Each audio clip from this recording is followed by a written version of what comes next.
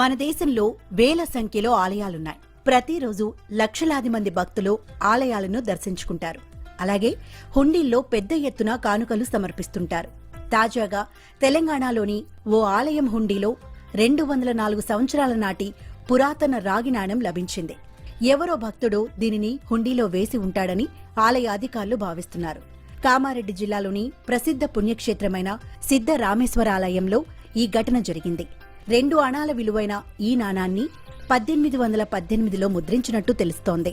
అలాగే నాణెం ముందు వైపు ఈస్ట్ ఇండియా కంపెనీ అని ఇంగ్లీష్లో రాసి ఉంది.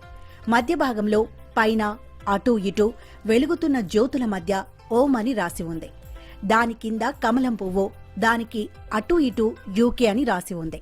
2 అణాలు అని రాసి ఉన్న దీని కింది భాగంలో 1818 అని తయారైన సంవత్సరాన్ని ముద్రించారు. వెనుక వైపు ఆంజనేయ సమేత సీతారాముల బొమ్మను ముద్రించారు. అయితే ఇంతకు ముందెన్నడూ ఇలాంటి నాణాన్ని చూడలేదని అధికారులు తెలిపారు.